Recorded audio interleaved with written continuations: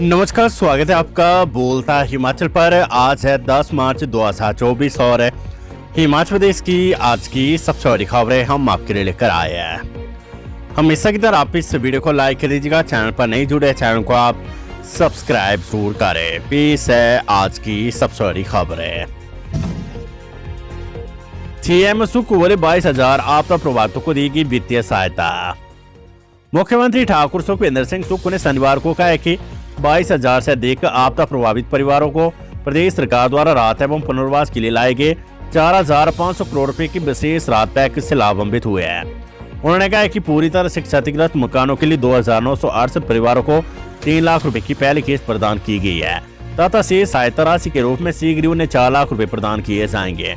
मुख्यमंत्री ने कहा कि वित्तीय सहायता सरकार द्वारा संशोधित मानदंडों के अनुसार जारी की गई है, जिसके तहत राहत पैकेज में कई गुना वृद्धि की गई है। शिमला से जारी बयान में उन्होंने कहा कि 10,000 से अधिक परिवारों को आंशिक रूप से क्षतिग्रस्त घरों की मरम्मत के लिए 3,648 लाभार्थियों को क्षतिग्रस्त गौशालाओं की मरम्मत और लगभग 1,800 परिवारों को पशुधन के नुकसान के लिए सहायता राशि प्रदान की गई है। मुख्यमंत्री ने कहा कि इसके अलावा राज्य सरकार ने किसानों को फसल के नुकसान और खेती योग्य भूमि के नुकसान के लिए भी सहायता राशि दी है, जिससे लगभग 2600 किसानों को राहत मिली है।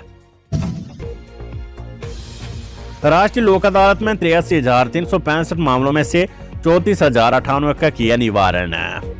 प्रदेश भर में शनिवार को आयोजित हुई राष्ट्रीय लोक अदालत में 34,098 मामलों का मौके पर ही निवारण किया गया और इनमें 101 करोड़ रुपए से अधिक की संपत्ति दावेदारों को वसूल करवाई गई। राष्ट्रीय लोक अदालत के लिए 83,365 मामलों की पहचान की गई थी, जिसका विभिन्न पीठों के माध्यम से निवारण किया गया। सीएम सुख बोले भाजपा को डर, गडरियों की भेड़ों की तरह बागियों को ले जा रही है इधर उधर। अंतर्राष्ट्रीय महाशिवरात्रि महोत्सव के शुभारंभ पर मुख्यमंत्री सुखविंदर सिंह सुक्खू ने मंडी में नेता प्रतिपक्ष जयराम ठाकुर और भाजपा पर जमकर हमला बोला। मुख्यमंत्री ने कहा कि भाजपा को जनता का डर है, इसलिए जिस तरह गडरी अपनी भेड़ों को इधर उधर ले जाता है, उसी तरह क्रॉस वोटिंग करने वाले बागी विधायकों को ले जाया जा रहा है। अब इन्हें ऋषिकेश के आलीशान होटल में ले जाया गया है। शनिवार को मुख्यमंत्री सुक्खू ने विधिवत अंतर्राष्ट्रीय मंडी महाशिवरात्रि महोत्सव का शुभारंभ किया। इस मौके पर सीएम ने कहा कि लोकतंत्र में कुर्सी चुराने की कोशिश करने वालों और बिकाऊ विधायकों को जनता कभी माफ नहीं करेगी। ग्रुप इंस्ट्रक्टर के 12 पदों की भर्ती के लिए राज्य चयन आयोग ने मांगे आवेदन। हिमाचल प्रदेश राज्य चयन आयोग ने ग्रुप इंस्ट्रक्टर के 12 पदों की भर्ती के लिए लिखित परीक्षा की अधिसूचना जारी कर दी है। अभ्यर्थी 26 मार्च तक ऑनलाइन माध्यम से आवेदन कर पाएंगे। राज्य चयन आयोग में ये भर्ती प्रक्रिया तकनीकी शिक्षा विभाग में रिक्त पदों को भरने के लिए शुरू की गई है। आयोग की आधिकारिक वेबसाइट पर भर्ती की अधिसूचना जारी कर दी गई है। ये भर्ती परीक्षा कंप्यूटर आधारित परीक्षा सीवीटी प्रणाली से ली जाएगी। 12 पदों में से 6 पद अनारक्षित, 2 SC अनारक्षित, 1 SC BPL, 1 ST अनारक्षित, 2 OBC अनारक्षित होंगे। इस भर्ती के लिए किसी भी विषय में बीटेक व 3 साल का कार्य अनुभव, पॉलिटेक्निक डिप्लोमा व 5 साल का कार्य अनुभव तथा ITI व 8 साल का कार्य अनुभव रखने वाले अभ्यर्थी पात्र होंगे। लिखित परीक्षा में बहुविकल्पीय 200 प्रश्न पूछे जाएंगे। सुधीर शर्मा के बागी तेवरों के बाद हाईकमान का बड़ा एक्शन, ब्लॉक कांग्रेस कमेटी धर्मशाला भंग।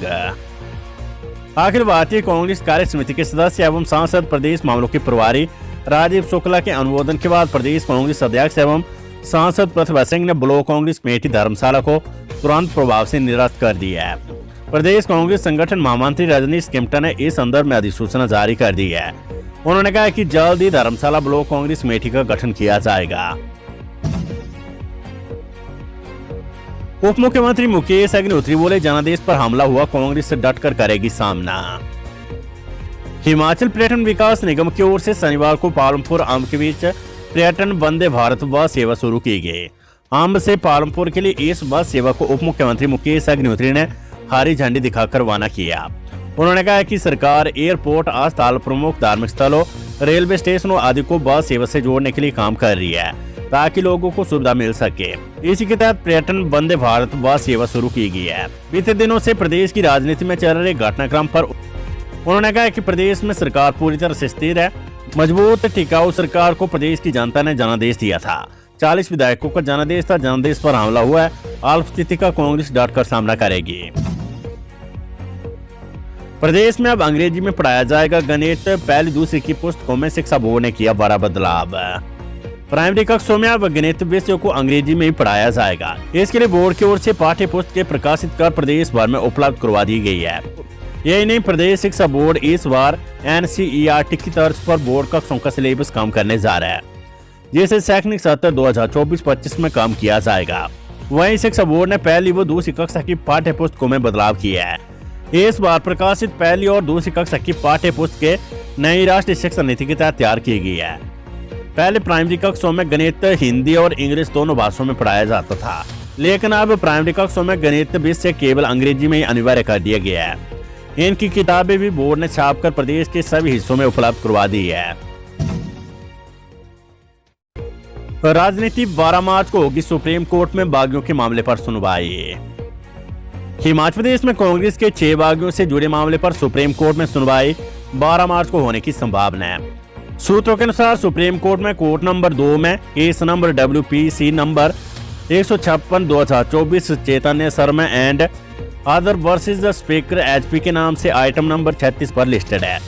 इस बीच कांग्रेस के 6 बागी एवं 3 निर्दलीय विधायकों के साथ पंचकुला से उत्तराखंड के लिए शिफ्ट हो चुके हैं। उनके सुप्रीम कोर्ट में सुनवाई के दिन दिल्ली या उसके आसपास रहने की संभावना है, ताकि आवश्यकता पड़ने पर भी कोर्ट में पेश हो सके। उधर बागी पहले आरोप लगा चुके कि उनकी सदस्यता समाप्त करने का निर्णय अफरा तफरी में लिया गया है, जिसे सब जानते हैं। उन्होंने उम्मीद जताई कि निर्णय उनके पक्ष में आएगा।